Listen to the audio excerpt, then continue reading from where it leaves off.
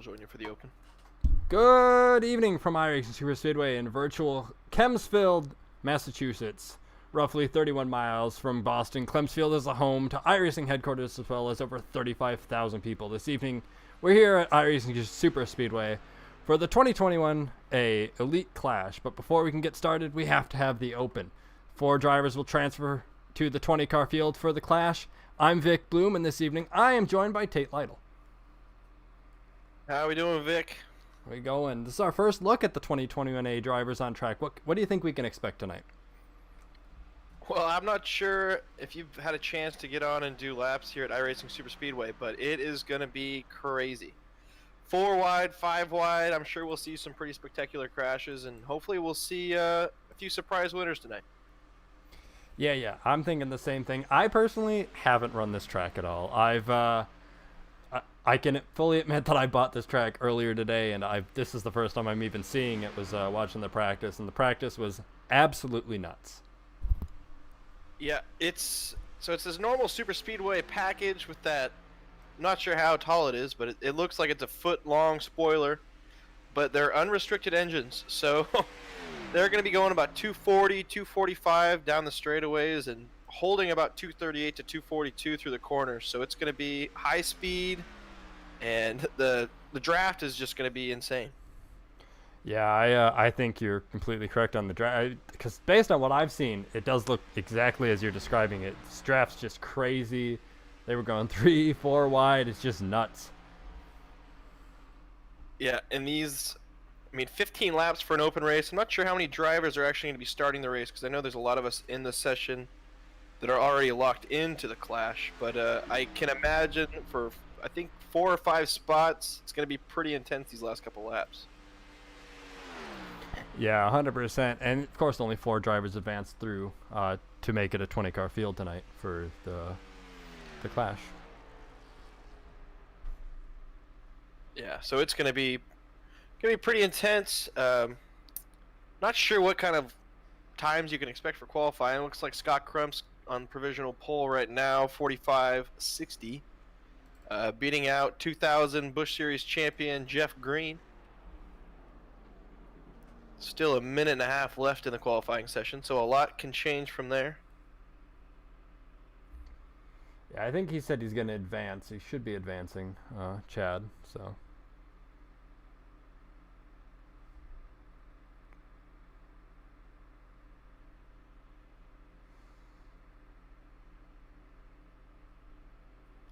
Yeah, Scott Crump, new to Elite this year, but I got a chance to race a full season in the Erska series last year, and he's going to be a force to be reckoned with here in Elite. He's very fast, very aggressive, not afraid to put a bumper to you, but he's got a lot of speed. And I think he's going to win a lot of races this season in Elite Racing. 100%.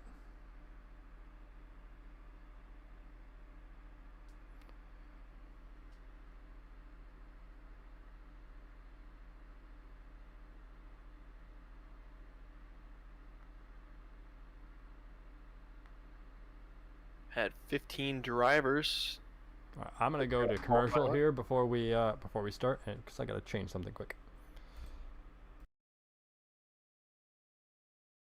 Richmar Florist makes every day a special day, from weddings and large events to that little something for any occasion. Richmar Florist has the perfect floral expression, and they're open online 24/7 at richmarflorist.com. Everywhere, every day. Richmar's 2 retail locations offer a fantastic selection of floral creations, gifts, and home decor.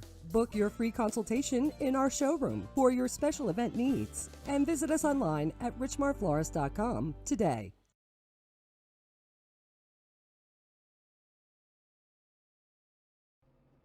All right, and we're back from that quick commercial break. I think I have the screen issue fixed now. I should know you in a second. Yes, I do. Okay.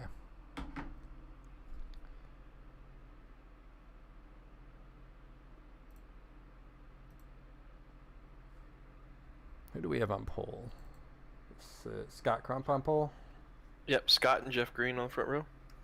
For some reason, this doesn't tell me. So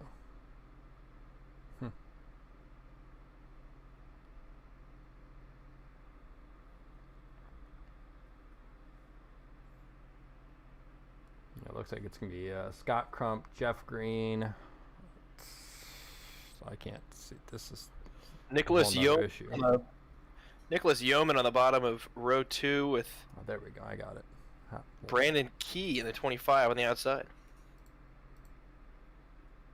Yeah, and then we got Dylan Jones and Michael Goodman, Mark Rebellis and Scott Haney, Vincent Isabella, Jeffrey Arion, Corey Abbott, Justin Bonsignor, Tyler Dixon, and Matt Nickel, and Josh Clark rounding out the field of people that qualified. Yeah, it looks like we're going to have Harrison Talon, Brent Jones, Jordan Owens, Derek Self, and Chad Thornquist starting behind those drivers that took a qualifying time. So that should put us with about 20 to 21 cars going for 4 spots. Yeah, of course, this is only 15 laps.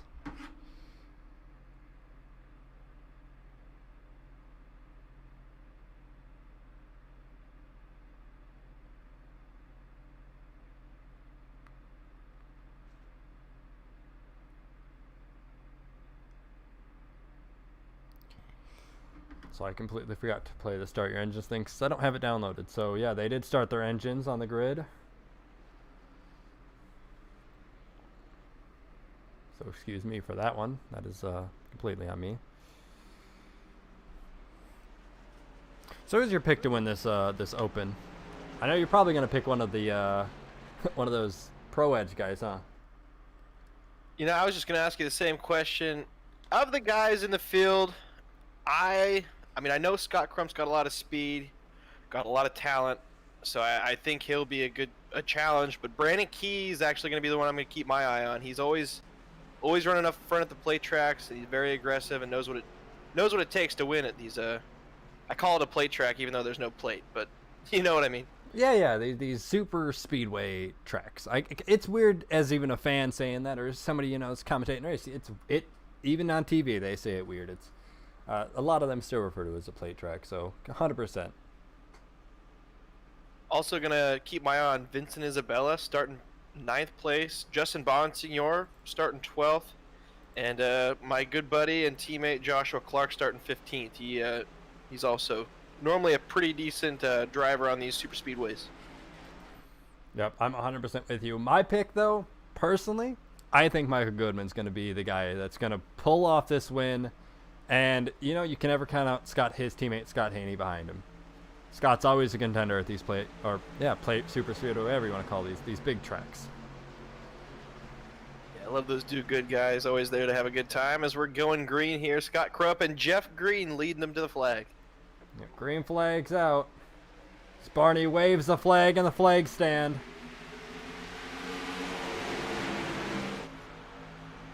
Everything looks good. Going 3 wide there. Vincent Isabella taking it 3 wide on Mark Rabilla's there.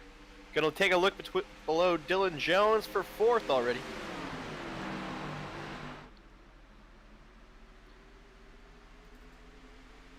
So we got 3 wide still, a little farther back. They've single filed out up front. Yeah, looks like the top 5 cars single file here as we go down the back stretch of lap 1.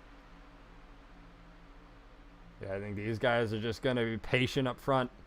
They know that they can just hold on to it the rest of this way. It's almost impossible to make a good pass here. And it is the top 5 advancing, as we had one driver not going to be able to make it for the Clash. So we got top 5 of this race advancing to the Clash.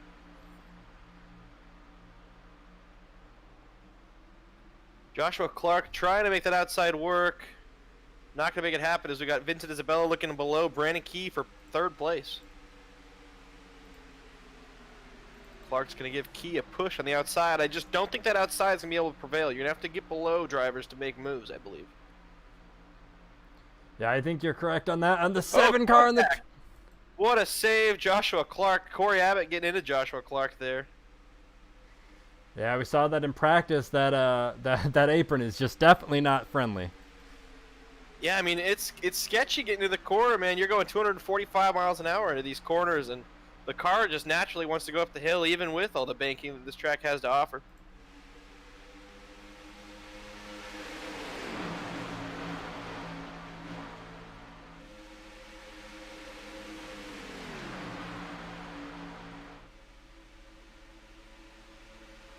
For the most part, they're calming down now. As I Yeah, say we that, call they're this the going too calm wide. before the storm because, you know, 3 wide Corey Abbott and Joshua Clark had a split Brandon Key. Looks like he got to miss the bottom there. 23 of Harrison Talon's going to follow him. And of course, got checked out up front. The top 3, Scott Crump, Jeff Green, and Vincent Isabella. Behind them, everybody is just going for every position possible.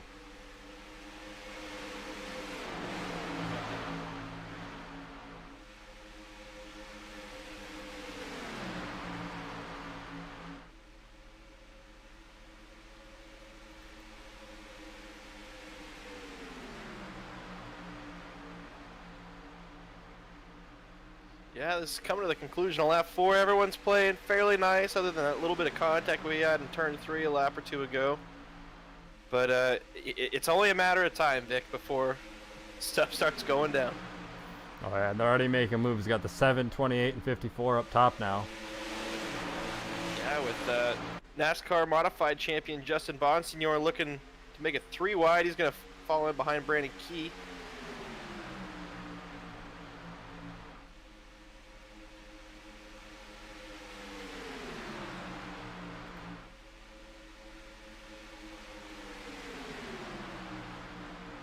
Tell you what, this race is going to be harder to commentate than I thought it was going to be. Somebody hit the apron in the back.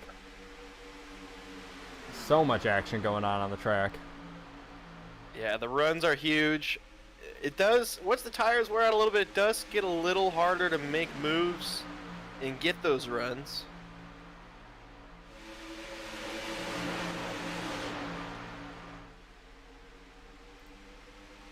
Justin Bonsignor had a big run on Brandon Key there. Looks like he's going to let off the gas. I think they're at the point in this race where they're trying to figure out where the runs are going to come and how far back they can be. Yeah, for sure. As you see, the top 8 or 9 here is really joined into one large pack. They were kind of spread out there for a lap or 2. I think everybody's really packing up inside of the top 11. Yeah, they're going to make it wide there. Joshua Clark looks to the outside. He's going for second into turn 1. This will be the first time somebody's passed Jeff Green if he can get it done. He needs more help. He's got Key there, but he needs Bonsignor to jump to the outside. And I don't think Bonsignor's going to do that. He's going to try and make it 3 wide.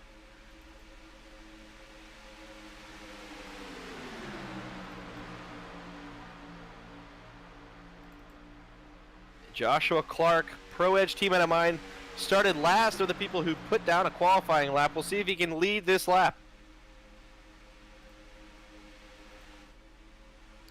Yeah, new leader, 28, Joshua Clark leads lap 7 of the Elite Clash Open.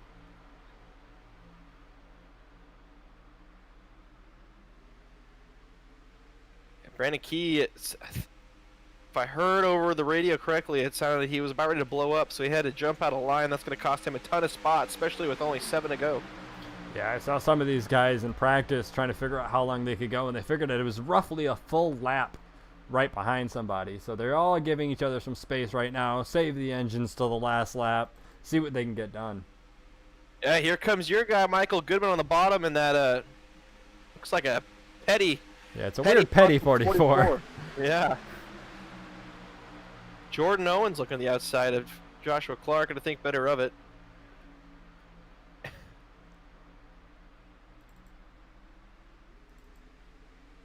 So you got them 3 wide. They're going 2 wide now. Everybody's rough. Everybody's kind of, as I say that, they go crazy toward the back again. I was going to say they're all calming down, but toward the back, it's getting 3 wide again. And 3 wide up front with Jordan Owens for the outside. Yeah. Scott Crump's got to be just sitting there like, man, when's it going to happen? He knows they're going to make a run at him, but he's had it almost too easy these first 9 laps.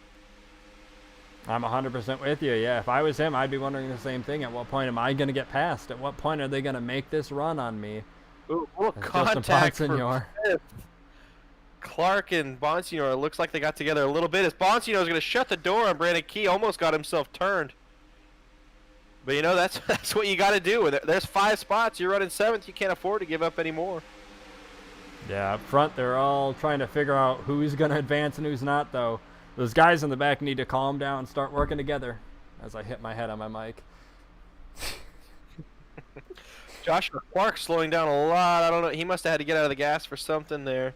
But Bonsignor is going to make a move. That's going to be for 6th position. He's only got to pass 1 more to get into a transfer spot.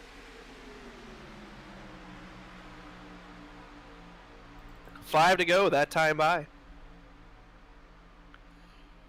And with this 5 to go, I've noticed these guys up front, they're taking a little bit wider arc into the corners, just trying to maintain that run because they see these guys behind them taking that wide arc and being able to find, you know, a little bit of speed through the corner.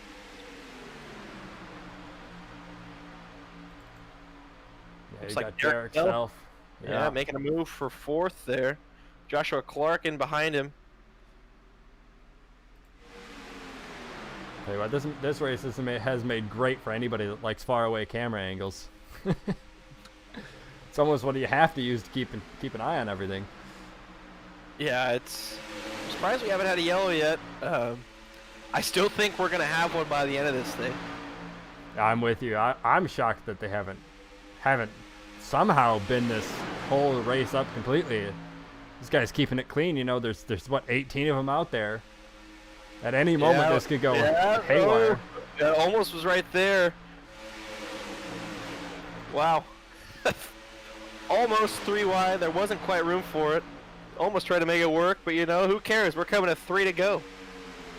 Yeah, now these guys, they know what they can do and they know what they can't do, or at least you'd hope that by this point in the race they figured it out.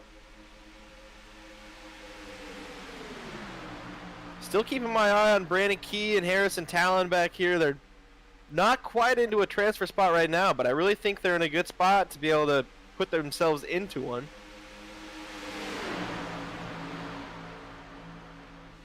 Tell you what, that 5th transfer spot, that's where the battle's going to be at. Yep, and if there's a wreck in front of some of these guys in the back, they might be able to luck themselves into a top 5. You never know. With these guys up front running so close, so tight together, anything could happen. As we're coming to 2 to go, Derek's self-run on the outside seems to have slowed down. Bonsignor thinks about going through wide, thinks better of it. 2 to go at the line that time by. Tell you, this is anybody's race up front. The top like 10 have a chance at this one from the looks of it, but I think everybody has a chance. Everybody's pretty close still as they come down the back stretch.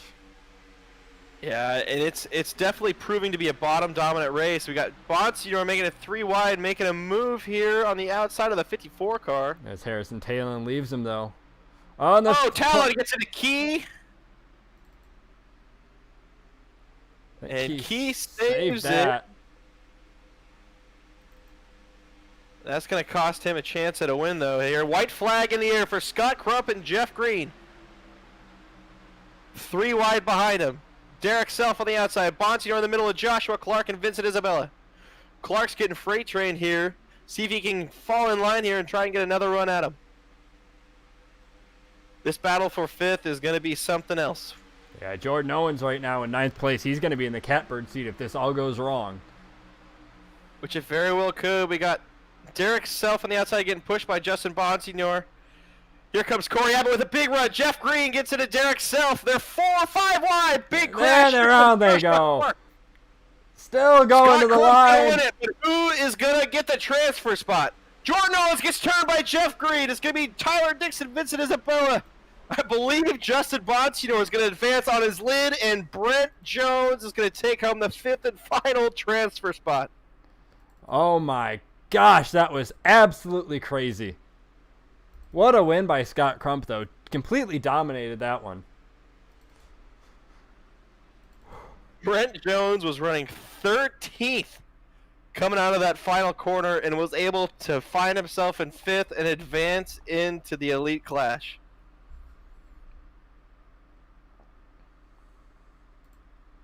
Yeah, so there's your top 5 on screen. You got Scott Crump, Vincent Isabella, Tyler Dixon, Justin Bonsignor, and Brent Jones. They will be the ones that advance to the Clash. Wow. That's crazy. Just nuts. Nuts. And they still got a 50-lap clash still to come. Yeah, that's going to be something else. Yeah, how about Justin Bonsignor on his roof across the finish line coming in P4. And Brent Jones, I feel a good story there. Yeah, Brent Jones, he's definitely gotta be pleased with that one. Almost has to be. Yeah, I don't know what the odds would have been for Scott Crump to lead 14 to 15 laps there, but what a dominant performance there. Vincent Isabella coming home second. Jeff Green fell back to seventh there on the last lap. Not exactly sure what happened to him in turn 3, but It looked like they got they probably touched more than likely. oh no, he hit the apron getting into the corner and came up, hit the 26 of Derek Self. Man, what a race.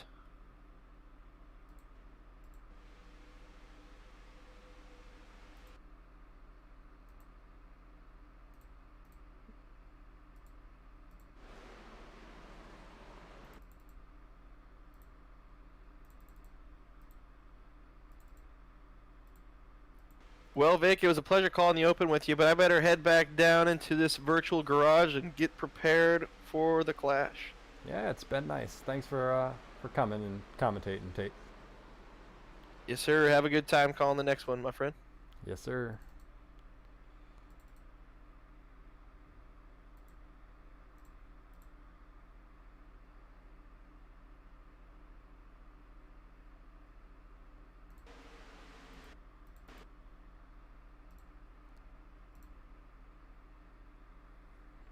Gonna throw it to commercial here, and I think we'll be in the next session by the time we get back, maybe. We'll see.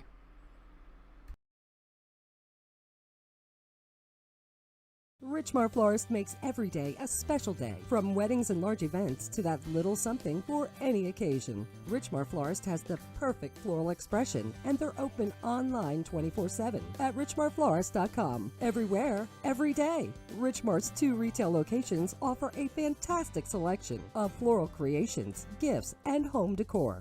Book your free consultation in our showroom for your special event needs, and visit us online at richmarflorist.com today.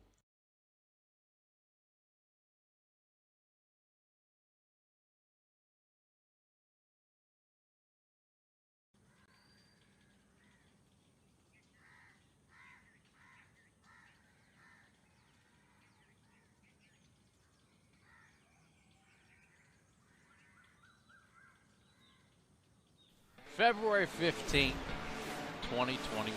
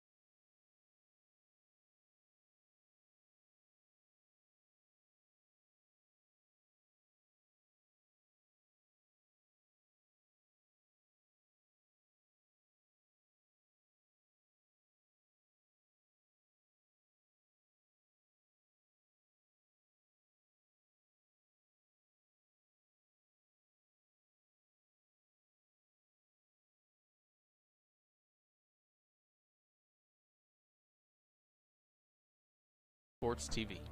Richmar Florist makes every day a special day, from weddings and large events to that little something for any occasion. Richmar Florist has the perfect floral expression, and they're open online 24/7 at richmarflorist.com. Everywhere, every day. Richmar's 2 retail locations offer a fantastic selection of floral creations, gifts, and home decor. Book your free consultation in our showroom for your special event needs, and visit us online at richmarflorist.com today.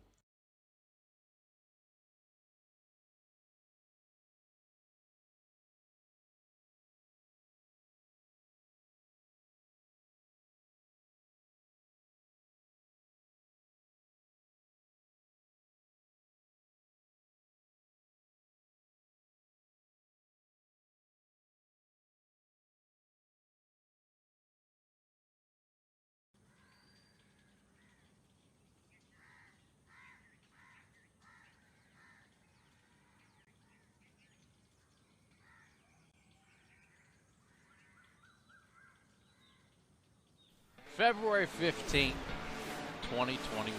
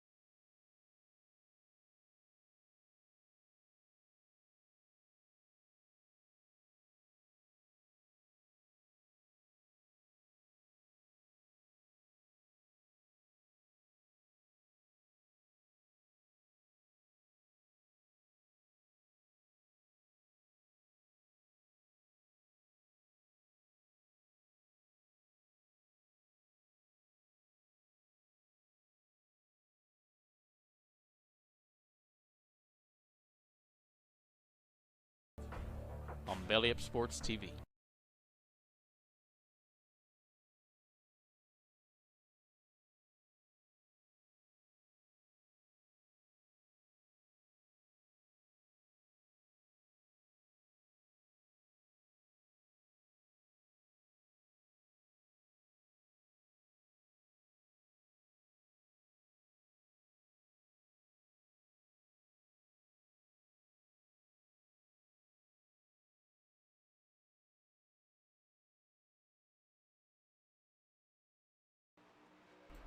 Alright, and we are back. This is the practice sessions for the Clash now. It's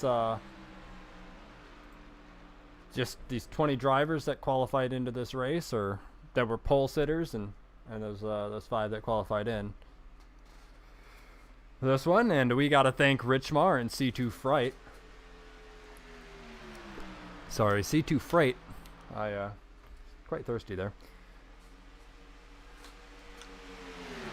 Got to thank them for being on board with us this season. So Trading Paints probably hasn't loaded from the looks of it, so unless that's what these guys are meant to have scheme-wise, I have no idea. But I don't have my custom cameras from last time, so just gonna deal with what iRacing gives us for this.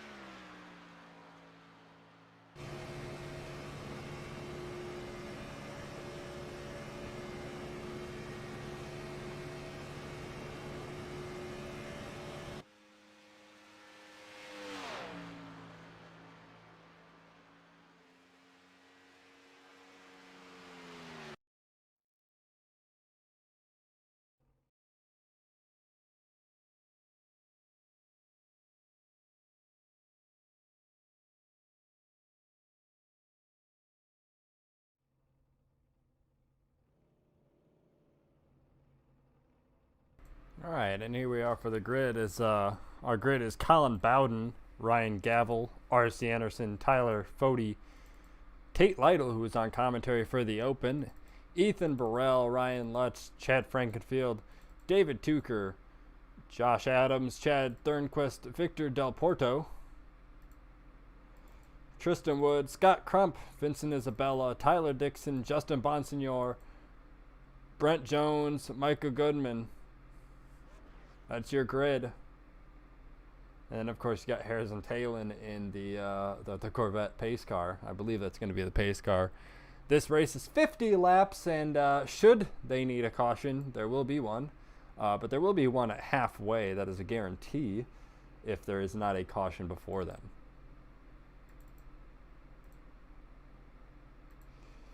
Of course, I am Vic Bloom, and you're watching ERN. And we've got to thank our partners at Richmar and C2 Freight for what they do for the league.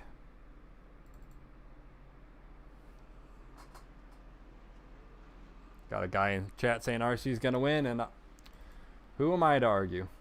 I like his car. He's got a good-looking paint scheme on that one, RC, and it's definitely a good pick to win this race. If I had to pick somebody to win, though, I'm going to go with an Ethan Burrell or maybe even one of the guys from the Open. Maybe we could see like Vincent Isabella in the 42 car, or Scott Crump even, who dominated the Open. Could see him win.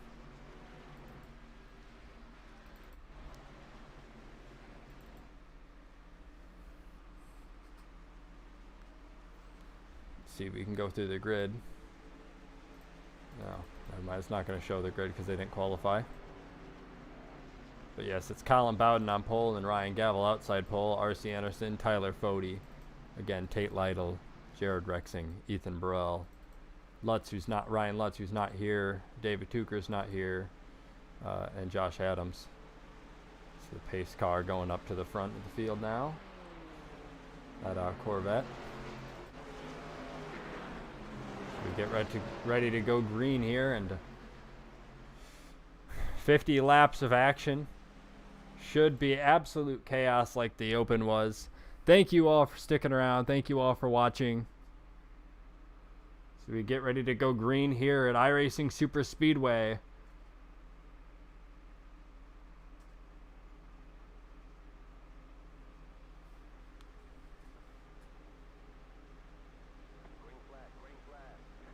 Green flag is out. Looks like they're going to do a manual pace lap, though.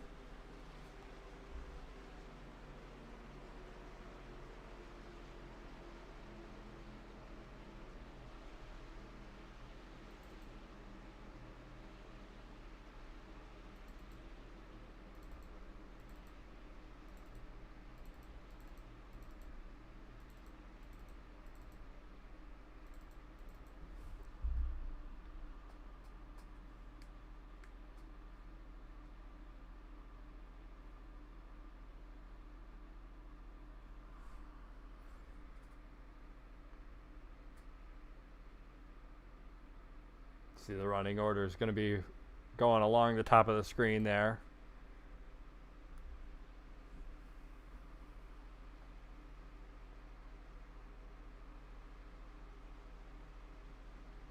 Once again, got to thank our partners at Richmar Florist and C2 Freight.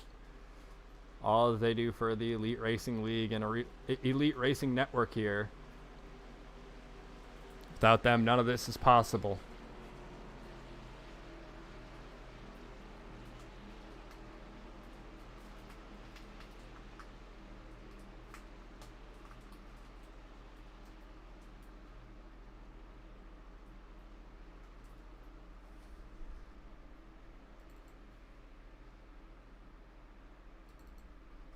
Slow pace lap here at iRacing Superspeedway.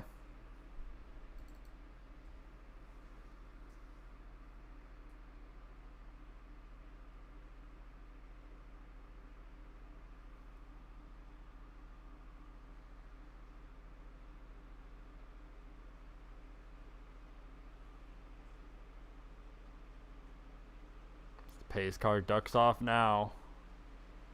And green flag's going to be in the air, it looks like. So we get ready to go racing, and green flag is out at iRacing Superspeedway for the 2021 Elite Clash. Already single file the first four.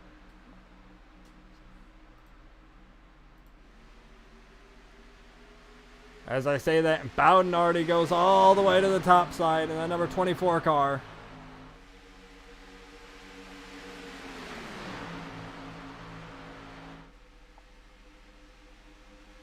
Too wide for the lead, R.C. Anderson and Ryan Gavel. Tate Lytle following R.C. Anderson and pushing him along. Got Ethan Burrell behind them. R.C. Anderson ducks back to the inside, making it 4. Oh! Gets Ryan Gavel a little loose. The Pro Edge guys up top, the 56 and 37. Too wide here in turn 2. Almost 3 wide for a moment, and somebody's around. Pink Carney saves it.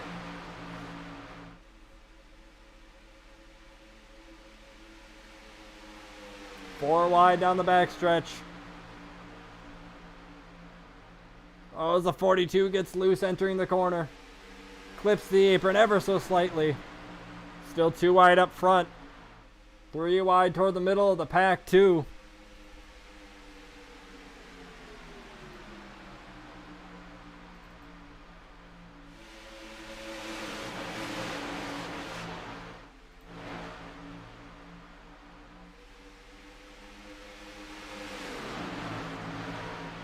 It's impossible to keep an eye on all the action here. But up front we got Gavel still leading the 50 and 51. Still 2 wide up front. 3 wide now, the 37. Back 2 wide as Burrell goes to the outside.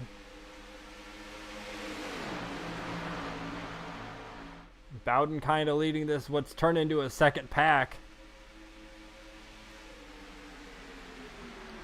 Fody and Josh Adams go to the outside.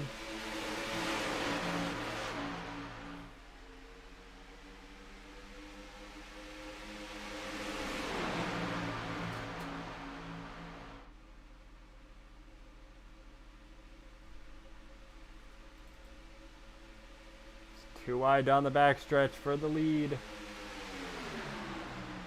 37 and the number 1 of Ryan Gavel. Looks like Burrell's gonna have him out of 4.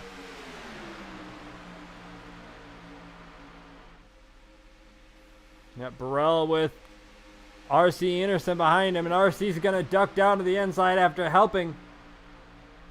R.C.'s gonna attempt to go for the lead now.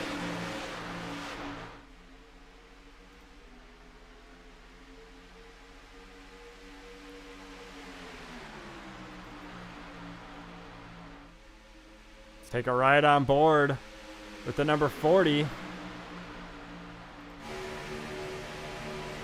is the onboard of Tyler Fody's car. They go down into 3.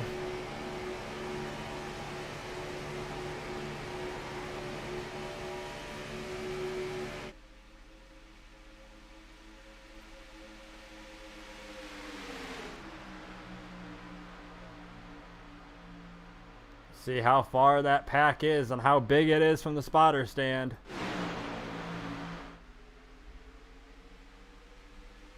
Burrell leads Rexing and Fody. Gavel on the outside. Chad Frankenfield making it 3 wide. Gonna take Gavel with him. Gavel and Frankenfield lead the outside now. R.C. Anderson stuck on the far outside. Gavel back to the lead for the moment. Still 2 wide with Burrell.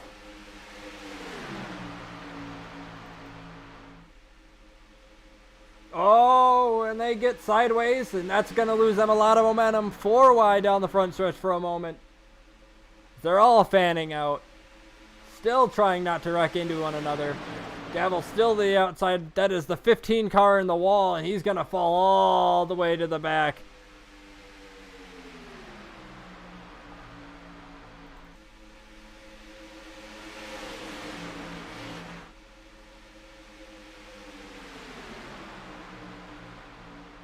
Some blocking going on up front. Spody clips the apron.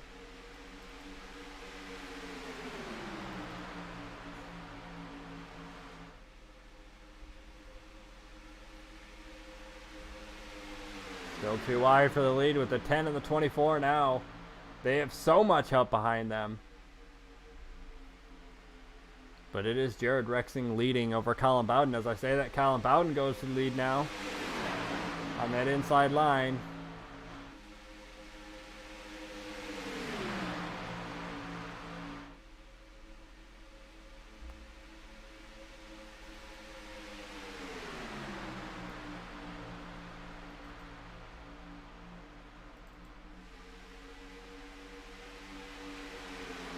See R.C. Anderson and Justin Bonsignor up top.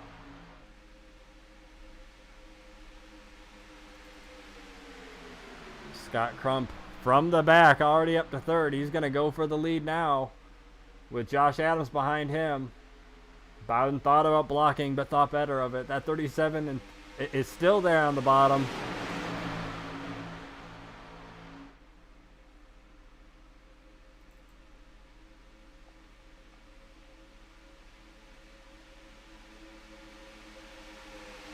Still too wide for second place.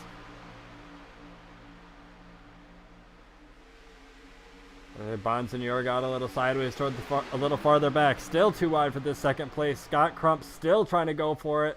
The 57, it looks like, going to go down pit lane or be forced down there of Tristan Wood. And it's Scott Crump to the lead.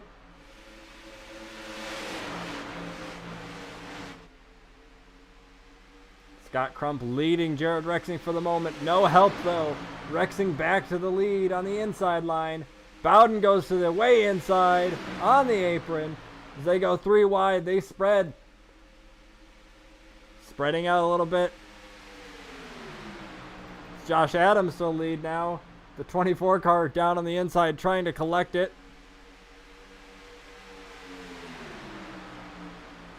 Tyler Fody leads this one. Leads it off of 4 at least. But it's going to be Josh Adams at the line. Going to lead lap 11. The 37 behind him and the 56 behind the 37.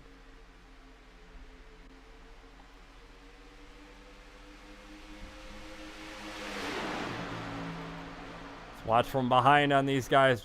Let's go to the cockpit view of Ryan Gavel.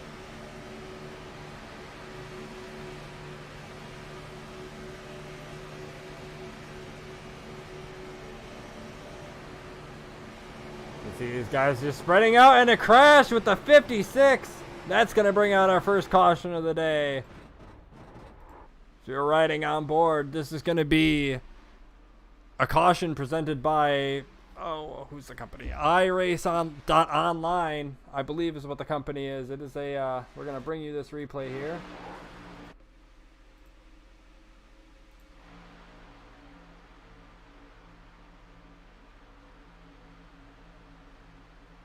It looks like it was just Scott Crump just got a little sideways going into the corner.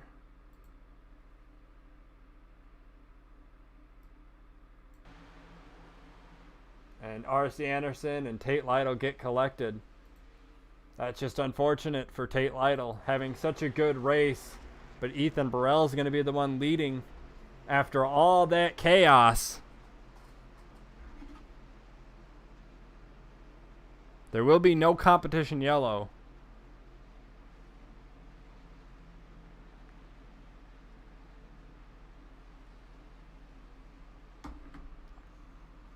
Gonna take this time, go to a quick commercial break from our partners at Richmar Florist.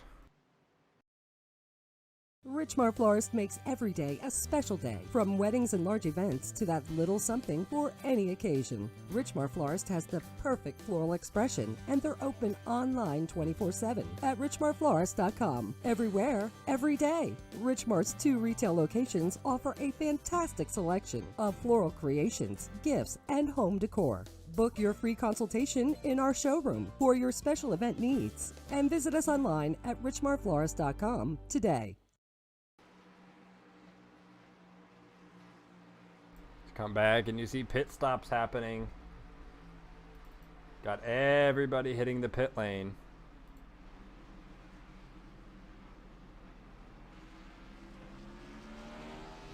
Either Scott Crump missed his pit box or just decided not to pit. Or had a quick stop at that. A lot of these guys may be just opting for just fuel.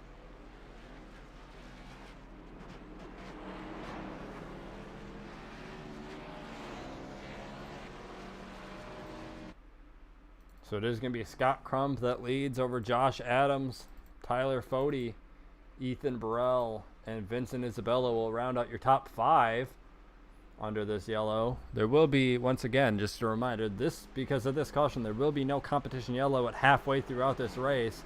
So now these guys could end up going the entire rest of the distance without another caution if they can keep it clean. I believe that is David Tucker, who is running around getting a lap back.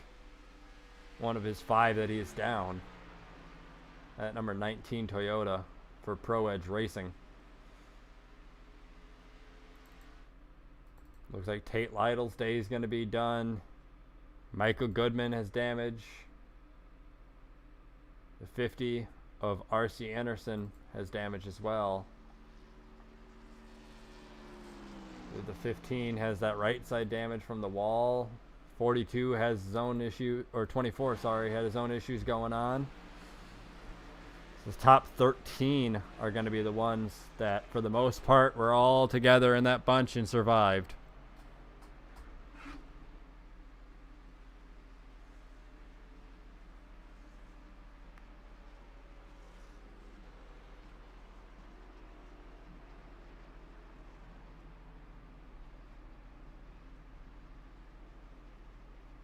According to Damien, it is 3. They're going to be 3 laps short on fuel to make it to the end from here. Looks like a 30 to 33 laps on a fuel run.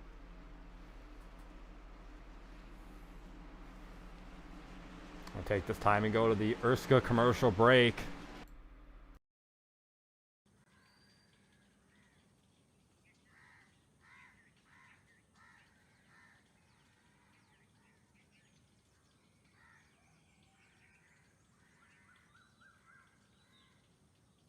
February 15th, 2021. Chapter 2 begins. Redemption. A new beginning. Continued success. Friendships, rivals, fights, heartbreak, sorrow, and joy. The book will write itself, page by page. We're just along for the thrill ride. So you're going to have to cut that one short as we're about to go back to green. I thought we were under 2 laps. We had 2 laps still, but we have just this 1 lap. They're going to come off of 4 now and go green.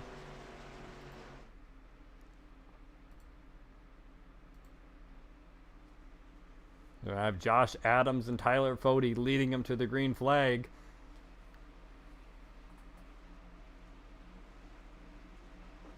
And green flag is back in the air as we are back racing here at iRacing Superspeedway.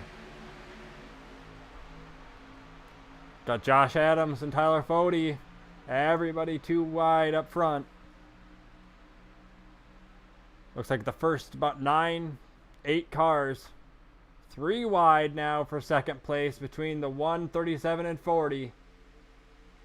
42 to the far outside as well. They're still 2 wide up front. 37 and 97, or 37 and 95, sorry, going for the lead.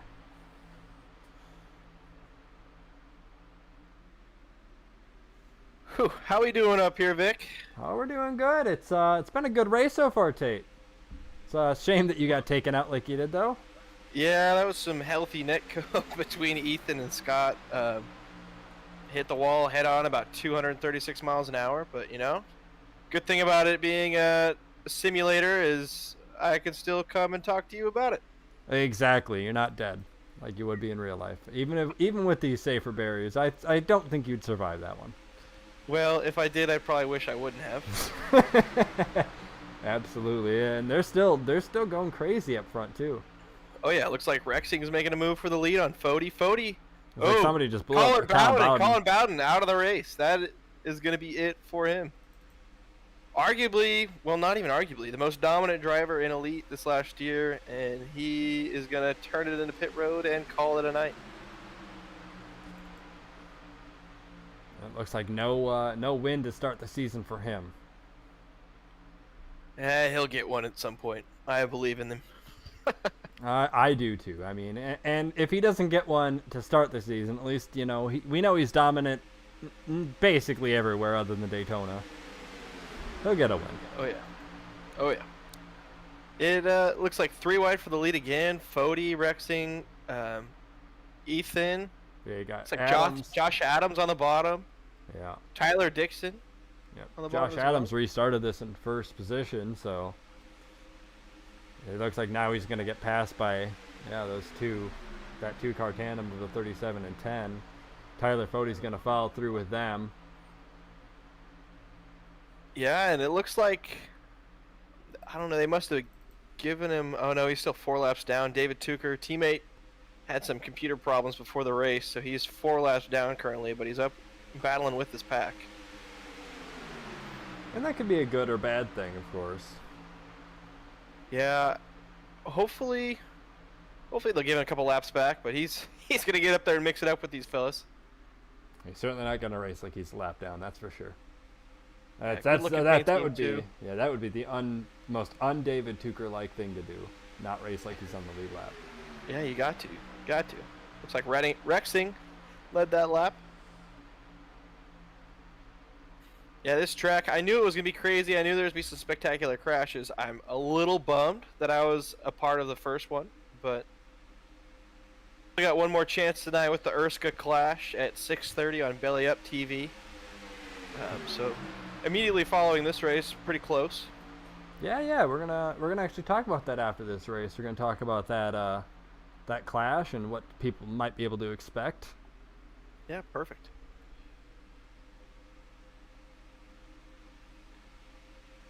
Coming to the end of lap 20 here, 30 to go. David Tucker acting like he's going for the lead. Yeah, better to be 3 laps down than 4 laps down, I suppose. Oh yeah, 100%. He's got Ryan Gavel in that good-looking Steve Park throwback #1 machine for, I believe, Lake Norman Motorsports this season. Is there going to be 4 wide at the front? 4 wide, and one of those cars is a lap down. Yeah, Tucker backs out of it. They're going to be 2 wide. Gavel's probably going to clear for the lead. He should be able to, yep, he's going to dive all the way to the bottom. And we got Scott Crump after his dominant win in the open race up there battling for the lead as well. Yeah, Scott Crump, I mean, he was up there, gosh, maybe like 5 laps after this race started. Just absolutely no give for him. He wants to win this thing. Oh, for sure. It's his first official elite race in the top 3 or 4 series. So he's, well, it's not even official. It's not even a points race, but it's the first one that people really, really care about. So he'd love to go out there and win in his first race out.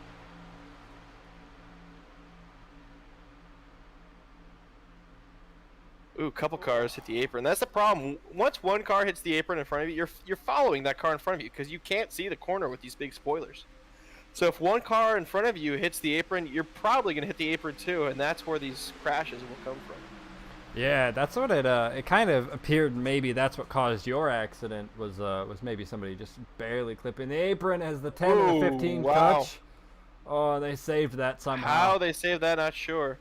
But yeah, the wreck I was involved in, at least on my side, I think everyone's replay is probably a little bit different, but it looked like a solid 2.5 feet between Ethan and Scott Crump, and a little net code there, and it sent Crump's car up the track into me, which unfortunately took out myself and RC Enerson. I had 32 minutes of required repairs, so I don't think we're going to be... Yeah, on the production side of things, it just kind of looked like Scott Crump got loose, but netcode would definitely explain that one. 100%. Yeah, Ethan said he got a 0x out of it, so...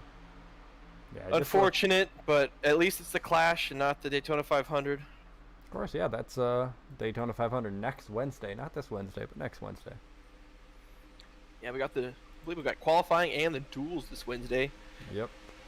I work that day. Hopefully I'll be able to get off in time to come put down a lap. I should be able to get home in time to run my duel either way, but should be another fun event on Wednesday. Make sure you tune into that. Also on the Elite Racing Network, I believe. Yes, sir. I believe maybe myself and David Westergreen will be in the booth for that one. Sweet. Got Gavel, Rexing, Bonsignor up front.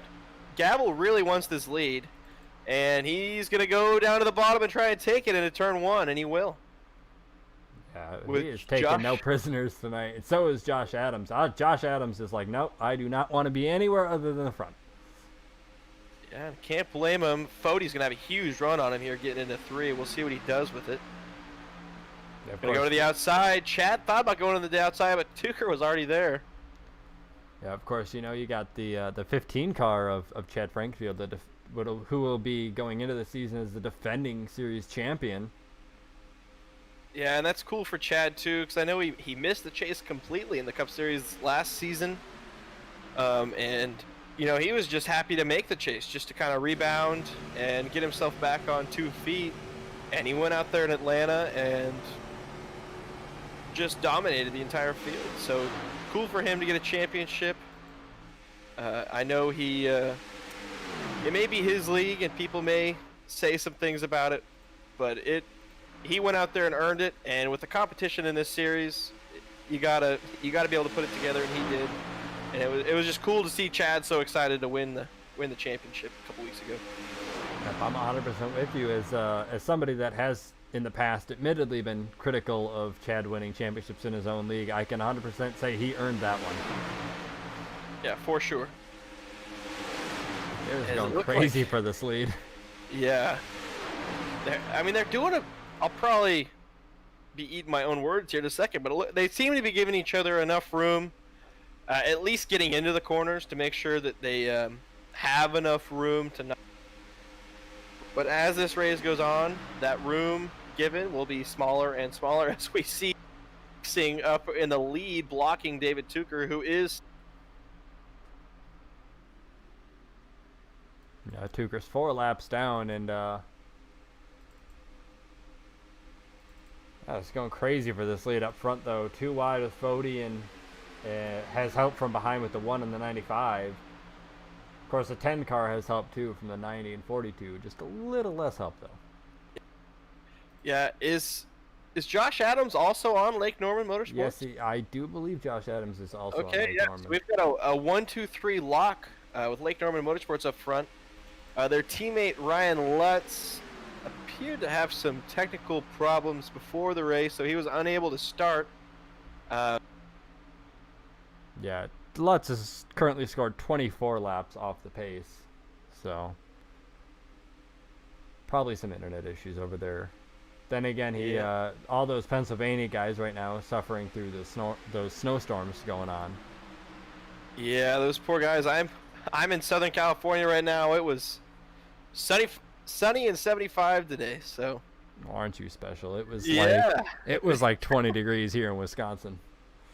Yeah, I grew up in Southern Oregon, so I know how it goes with the snow and the below freezing temperatures, but I'm glad to be spending my winter in Southern California this year. It's sure been pretty nice. Yeah, ain't no snow. Well, there's a little bit of snow from what I've seen on social media in California, but must be nice to have that 75-degree weather. In parts of California, for sure. I'm jealous. Yeah, I always told myself I was going to get out of the snow, because as a golfer, snow's just not a kind thing. I didn't know you were a golfer. You any good? That's a dumb question. I try to be. You definitely kick my butt at it, because I've never golfed a day in my life, and I'm not even good at putt-putt golf, so. Yeah, the only person in Elite that I'd be hesitant to bet on the golf course is Dylan Jones. Think so? Yeah, me and Dylan are both PGA Class A professionals. He's in Virginia, I'm in California. But it's cool to have a little bit of representation in the league. Yeah, it's interesting. I wouldn't have known that. So you learn new things every day. There you go. We're out here talking about golf, and these guys are 2-3 wide for the lead in the top 10. Got Tyler Fody leading that last lap, Rexing on the outside, Scott Crump and Vincent Isabella on the bottom. Yeah, Justin Bonsignor is going to go 3 wide with Burrell behind him. Yeah, Burrell. Teammate of mine, they're going to be 3 wide with Scott Crump getting in the corner. Ethan's going to go down in the middle. Oh, he's going to think better of it. Got David Tucker up there, still trying to get one of his laps back. I'm not sure if they do have a caution. Chad may. No competition caution. Okay, so no competition caution. I was thinking maybe they might give Tucker a couple laps back with it being the Clash. Yep, and apparently they're going to be 3 laps short on fuel, from what I heard. Okay, this just got more interesting as we got Victor Del Porto, a pole winner in the Elite IndyCar Series. And Del Porto's going to go up top. I would have stayed with Vincent Isabella in that beautiful looking 42 car. I got to tell you, that thing stands out like a sore thumb. It really does. So they're lapping Michael Goodman now after he was involved in your little incident. I didn't know that. That's too bad. Good to see Goody in the race.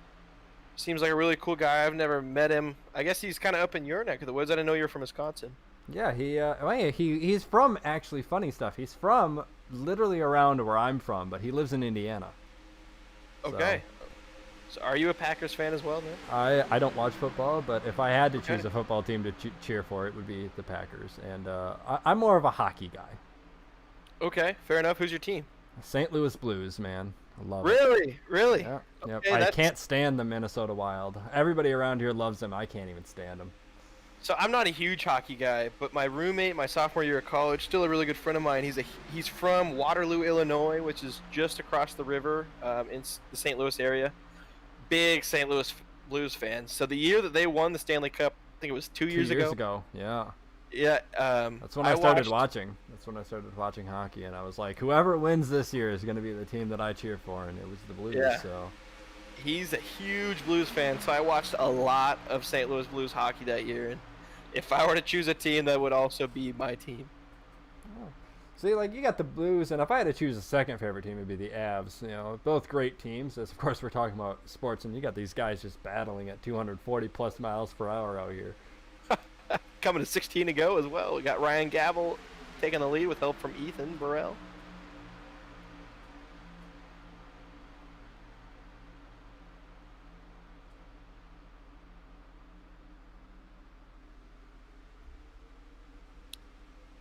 Spreading out right now, but I'll bet by the end of this straightaway, they're all right back nose to tail.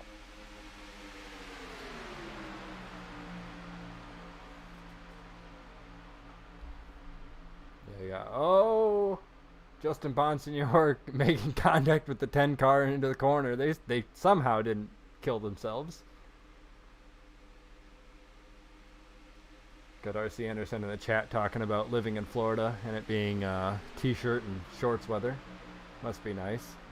And I actually misspoke earlier. I guess Josh Adams isn't on Lake Norman Motorsports. He's actually on Ruthless Motorsports, which is owned by Brandon Key. That is also the team that Scott Crump is on, I believe. Yes. And I'm not sure if you know Chris Wright, but another very fast driver. He'll be joining the series as well in the next couple weeks. Yeah, I believe he brought over a whole bunch of guys from Erskine, who of course you know raced tonight, and you're going to be taking part in that one, aren't you? I've been Say that again. In Erskine. I've been running ads all night for them, but you know, of course, they got their Clash event tonight at Daytona on Belly Up TV. Yeah, gonna be 15 of us out there on High Banks Daytona, just 30 laps for $40. I expect that the last couple laps of that race is gonna be one to watch. Think it'll be as crazy as the first 10 of this one? At least that crazy. I mean, as crazy as it can be with 15 cars. I'm kind of debating. I don't know if I want to go up there and try and lead laps, or if I want to ride in 13th and let a couple of them take themselves out. I have seen the field for that one, and it's a pretty stacked field. It's definitely no slouch, and this upcoming season in Erskine is going to be crazy. Some of the drivers that I've seen that have signed up in just the last couple days, even last season, I mean, I really felt like I was a championship contender and racing for wins, and this season, making the chase and getting top fives is going to probably give me that same feeling. So it's going to be crazy. A lot like this Elite Cup Series, lots of talent, and it's always a good one to tune in and check out, on your Mondays and Wednesdays. Yep, 100% with you on that We one. got Ethan Burrell got the lead. Josh Adams in that Ruthless Motorsports Chevrolet going to look to the top on the outside of Ethan Burrell for the lead. As we got Jared Rexing wrecking in the back. He goes down pit road, and we stay green. Staying green, but that's unfortunate for Rexing. He was up front for a lot of this race. Yeah, also, not to mention, last lap we had former Modified Series champion Justin Bonsignor was out for the lead for a hot minute until he got passed. Yeah, two times champion. Yeah. We love Justin Bonsignor in these parts. Oh yeah, I got a Justin Bonsignor hoodie that I wear just about every morning that I got that open shift. It's still a little cold in the mornings here in Southern California, so you got to bundle up. Of course, cold to you is what, 50? That's cold, right? Yep. 50 is cold. 50 is warm here, pal. Yeah, believe me, I know. I've been in negative back home. I've seen as low as negative 28. So people don't think of the high desert of Oregon being that cold, but it is. But the other day, I work at a country club down here in the Palm Springs area, and it was a high of 57, and I had people telling me that their hands were numb because it was so cold, and I'm just like, oh man, if you only knew what cold was. Okay, here and in the chat, we got 7 to 8 laps until a green flag pit stop, so these guys are going to be 2 to 3 laps short on fuel. 2 to 3 laps short. We'll see if some of these guys have been riding in the back. You never know. Maybe a guy like Brent Jones running there in the slipstream of that entire pack. Maybe he's been able to save enough fuel to make it to the end. I mean, 3 laps around this speedway is a lot of fuel, but you never know. Yeah.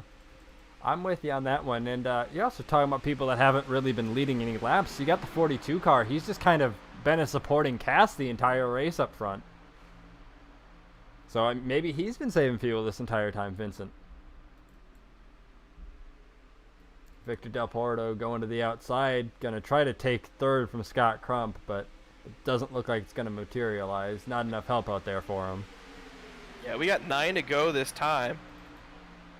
We'll see what these guys do when they pit. The more the merrier when you pit, just because you'll have more cars to build up that energy in the draft when you come out of the pits. But another thing that we need to keep an eye on when these guys do pit is that apron in 1 and 2 when you're coming out of pit road on your exit lap is really sketchy. You got to go a lot slower than you think you got to go. So we got to pay attention to that, make sure none of these guys make a mistake there. But I do expect they'll be coming in the next 4 laps. As we got Victor Del Porto going in, and we got Chad Thornquist and Brent Jones making contact behind him, slowing down. That's going to hurt both their chances. Brent Jones going to have a lot of front end damage. Chad Thornquist got some left rear damage in that as well. Of course, still got Ryan Gavel leading this one with Josh Adams behind him and Scott Crump, and then you got Justin Bonsignor and Tyler Fody rounding out the top 5. I think we'll see these guys on pit road probably this lap or next, just so they don't lose any time. That, and they have a pretty decent lead. Yeah, the top 7 cars seem to have been pulled away here. So unless there's a late race caution, which could very well happen, I do think it's going to be decided between right here. Yeah, I'm with you on that one. Right on board the 42 car. Yeah, is he going to make it 3 wide here? He's thinking about it. He's going to go to the outside behind the 37 of Ethan Burrell and the 40 of Tyler Fody. They're going to have a good run down this backstretch. As I think I heard the 90 of Scott Crump say he was going to hit this time. Yeah, it sounded like the 42 lifted coming out of turn 2, so maybe they are going to come to pit road this time. Guess we'll see. Not this time. They're gonna wait. Another thing that's gonna be interesting is I can almost guarantee you that no one practiced green flag pit stops here, just because no one thought they'd have to make a green flag pit stop. I can 100% guarantee that, as I watched the entirety of practice earlier and I didn't see a single person do that. Of course, you know, nobody practices them for the Daytona 500 either, but somehow they all survive when they make them. Well, not for all the the most time. part, for the most part, until Not all the they time. until they lock those rear tires up as they So come got up the to field lap. lapping for recent Cup Series champion Chad Frankenfield. Unfortunate to see him getting lapped this late in the race, but we got the top 7 here. They're 2x2, 3x3 here. Yeah, 3x3, you know, 2 deep. Go 2 wide still with Bodie and well, now Gavel. Yeah, and I That's just probably heard took the outside. Gavel say over the radio that he's going to be pitting on lap 47. 51 and the 90 sound like they're pitting this time by. Gavel changed his mind. He's going to pit this time as well. I think we might see the entire front of the field pit this time. Yep, I think you're correct on that one. I believe everybody else has pitted except for. Yeah, it looks Nope, like maybe the top front 2 stay out, which top is 3 bold. with Vincent also staying out.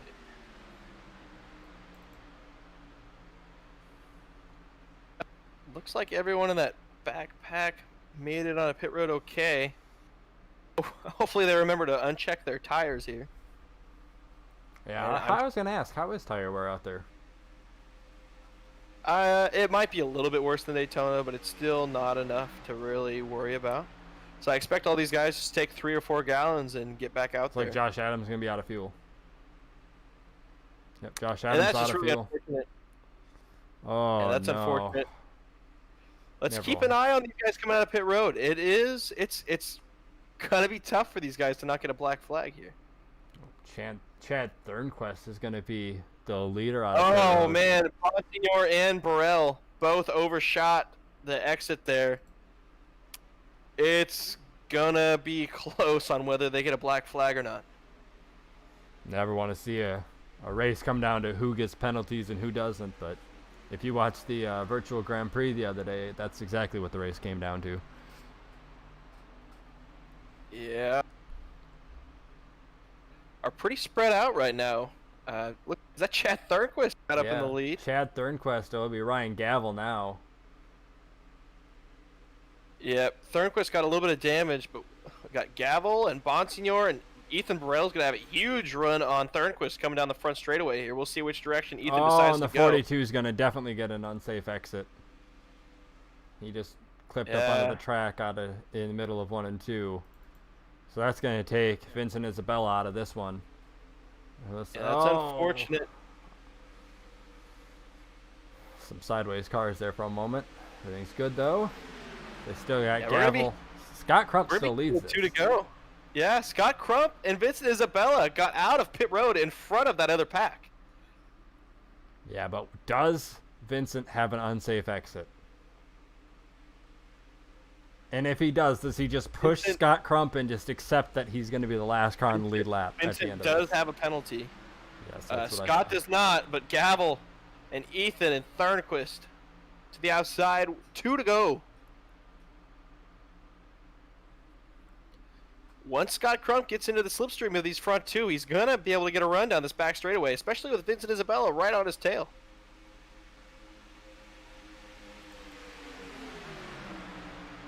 See, Thornquist still has that help from the 51 and 40 on the Ethan outside. tried to go to the bottom of Gavel, but he'll think better of it.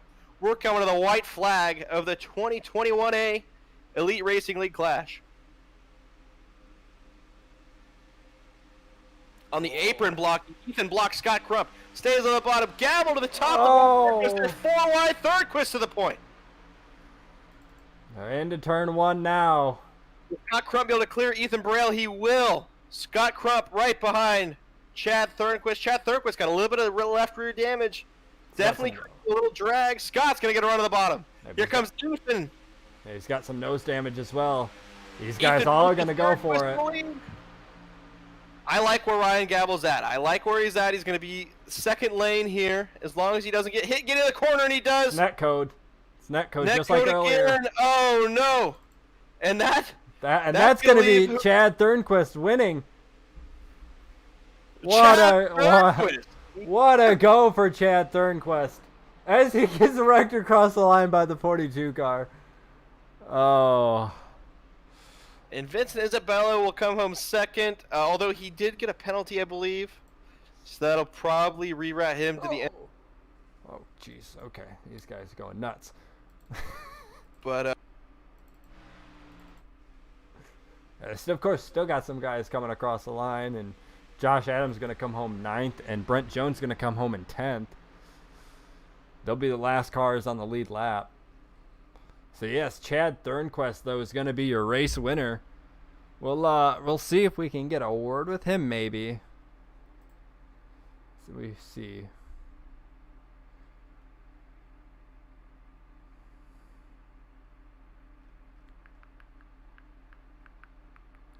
That was a crazy finish to that one. yeah, I really liked where Gavel was, but I also knew that those guys on the bottom are going to be pushing harder, and they've been pushing all night. And I just had a feeling that he was going to get hit going into that corner, and it did, and the C's kind of just parted for Chad Thornquist on the bottom there, everyone behind him. Yeah, And Tyler Fody took quite the hit there. Yeah, let's take a look at these results. We got Chad Thornquist, Ethan Burrell, Scott Crump, Ryan Gavel, Tyler Fody, Tristan Wood, Josh Adams, Brent Jones, Vincent Isabella, and Justin Bonsignor going to be the top 10.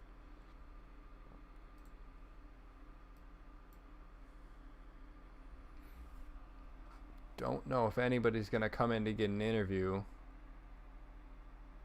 So we got third place Scott Crump. We'll pull him in. Sounds good. Where are we?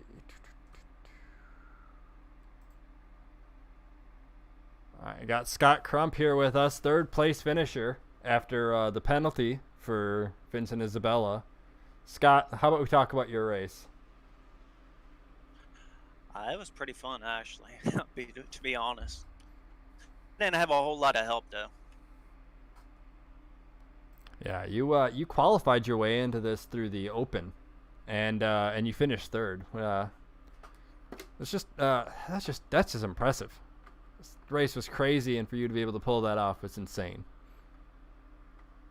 Yeah, I felt bad a little bit right there going into 3 and on the final lap. I caught the apron just a tad, and it just threw me up into the 1, I think. He was right up above me. Yeah, I told Vic before going into turn 3 there, Scott, that I liked where Ryan Gavel was on the outside of you and Thornquist on the bottom. But I knew that you guys on the bottom were pushing harder than you had all night, and I just kind of had a feeling that one of you guys was going to hit the apron just because it's so difficult to see where you're at on the track going to the corners right behind those guys. Is there anything that you think you could have done a little differently there? Maybe jump to the outside out of 2 or anything? Nah, I didn't have any room up top. He left the bottom open. I went to the bottom, but nobody went with me, so I had to tuck back in line. And then I was so close to him, I couldn't see the apron. When I clipped it, it just sent me up. Gotcha. Do you think if you guys could have made it through 3 and 4 that last time, you could have had something for him down the front straightaway with that little bit of left rear damage he had? I would have had a good shot, but I don't know if anybody would have went with me. They probably would have went above me and split me or whatever. I don't have anything more for him. If you got anything more for him, Tate. Well, Scott, unfortunate to see the way that ended for you there, but me and you both got another shot at a clash here in about an hour's time. So I guess we'll see you out on track here in a little bit. Yeah, everybody tune in on Belly Up TV. Gonna be a really fun clash with the Erska series. Thanks for racing, and good job on the third place there, Scott. All right, thank you.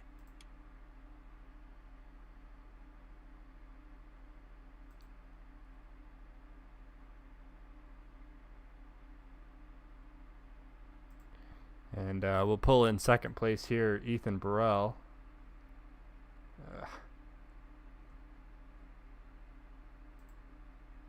Ethan Burrell, driver of the number 37. You got us? Yeah, I got you, boys. How's it going, pal? Oh, you man. you had a heck of a race all race.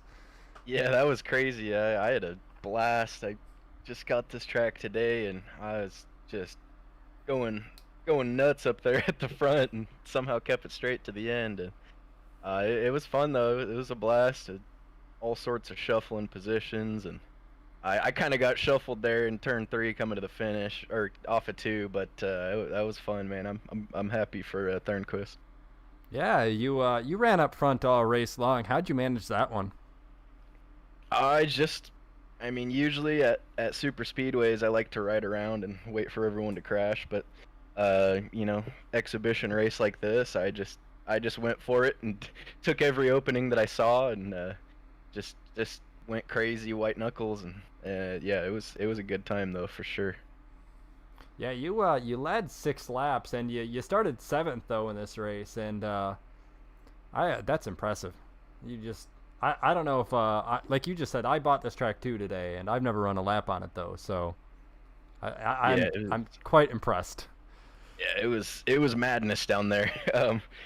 Yeah, high speed. I mean, it's, you know, you and another guy moved to the same spot at the same time. It's not good, but you know, he dodged the bullets and just went crazy up there. So I'll take it, man. I thought I was like 4th or 5th, but I guess there was a penalty for the 42 at the very least. I know Justin Bonsignor also got one.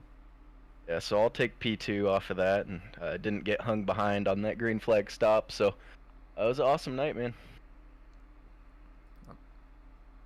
Do you got anything for him, Tate? Not a whole lot, other than I was just one of the bullets that he did have to dodge. Fortunately, he was able to dodge me. But we had a good thing going those first couple laps before I got wrecked. And, you know, Ethan's always, doesn't matter what track you're at. If you're on a road course, you can almost bet Ethan's going to get 6th. If you're anywhere else, you can almost bet he's going to run top 5. And tonight was nothing different. Yep. I appreciate that. Well, thanks to my grandma and Betty for watching me tonight. Big shout out to them. Pro Edge Racing, of course, the team, and David Tooker Designs, and my buddy Austin. He's going to be riding with me this season in Cup, so big shout out to him, and thanks to you guys for the coverage. I had a blast tonight. Tell Grandma and her friend Betty to tune into Erska later. Love to put on a show for them. Absolutely. All right, man. Have a good one. Yeah, thanks, guys.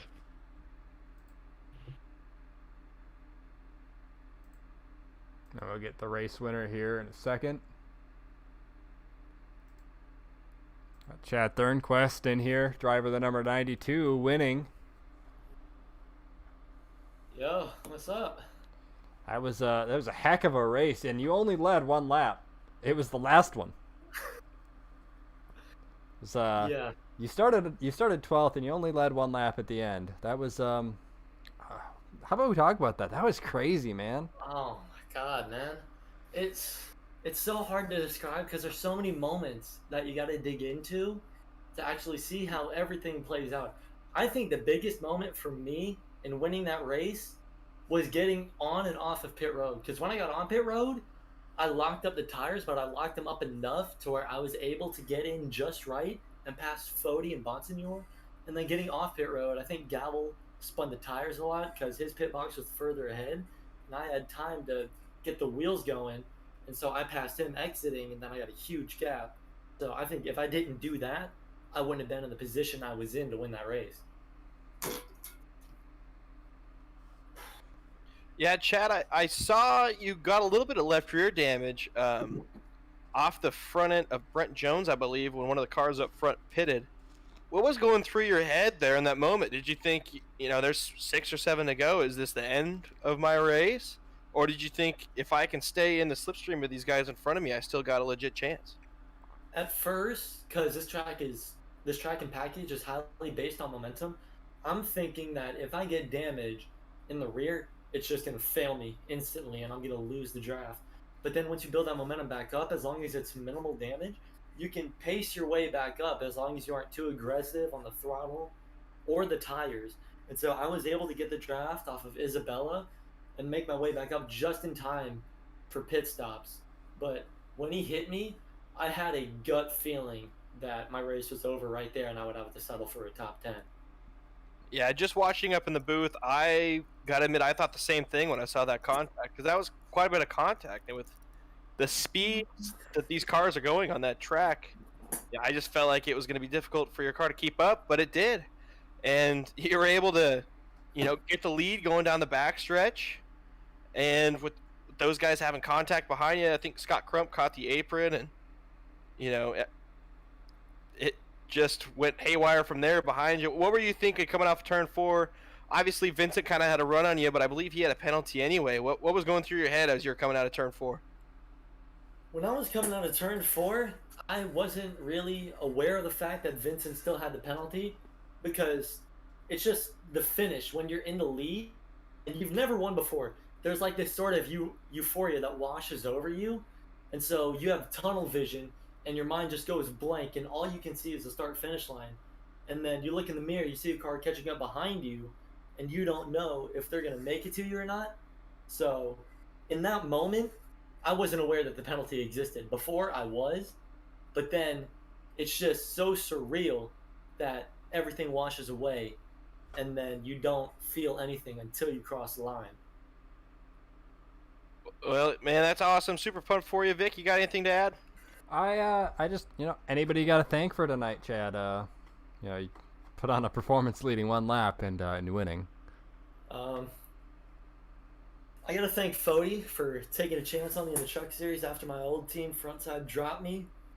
Michael Goodman for picking me up in Xfinity, and Chad Frankenfield, because I contacted him personally because last time I raced in ERL was on the NASCAR Heat side back in 2016, and I didn't even have iRacing at the time, didn't have a wheel or anything. And once I got everything, I contacted him like, hey, can I get in a series at all? And he told me Xfinity and trucks were open, so I went to trucks and been trying to work my way up to Cup, taking it steady. But I think Frankenfield has played the biggest role in letting me be in this series and actually develop on the server. Yeah, Chad does great things. Yeah, I think me and Vic can both attest to, without Chad, none of this would be possible. So it's awesome to see you on the service, and congratulations on your big win tonight, man. Yes, sir. Thank you guys for having me.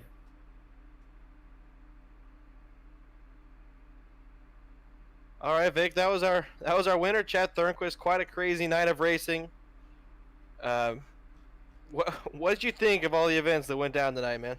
I just think this track is just crazy. I don't know if I'm glad this was a non-points race. That's for sure. I was really glad that this happened, but I'm glad it was a non-points race. That was crazy. I agree. I do hope Elite goes back to iRacing Superspeedway at some point, but I also hope that it is once again the Clash or the All-Star race, because I don't know if having a points race on this track would be quite a good idea. Yeah, this track it's a very nice looking track. It's just insanity. It looks like from a commentator's point of view, it's just crazy, and from production standpoint, it's absolutely impossible to keep up with everything on track. Yeah, the moving of positions and drivers going from 1st to 14th and 20th to 8th in a lap. It's just, yeah, it'd be something else, especially if it was a point race.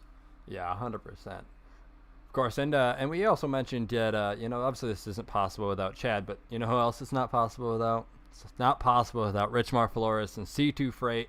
Got to thank them for being on board with Elite all season long. And that was a good race though, and I think we can wrap this up. Of course, I said we'd talk about Erska, and we can, and here's the Erska promo thing is this, and like you said, you got a race tonight, and you're gonna be part of that. Vincent, Isabella, a few others from the league are gonna be taking part, and of course everybody can catch that on Belly Up TV on YouTube. And and it'll be David Westergreen and the other people are escaping me on commentary for that one. Yeah, stacked house up in the booth, stacked house down on the track. And of course, Johnny Thomas as the lead for Erska, always gonna do whatever he can to put on the best show possible. 30 laps from Daytona. I believe we're gonna have 15 drivers, all pole winners or chasers from last season, all going for $40. So it's winner take all, $40. Going to be one hell of a race. Yep, 100%. And everybody can go watch that in about an hour's time on Belly Up TV. And I think we can sign off for this one. I'm Vic Bloom. That's Tate Lytle. And yeah, thanks for joining us. Hopefully this was a good broadcast. Everybody enjoyed this one. And thank you for joining me for the second half of this after you crashed out, Tate. Yes, sir. My pleasure. Hopefully I can make it longer in the Erska race later tonight. Yeah, hopefully. Good luck, dude. Thank you, sir. Thanks, everyone, for tuning in.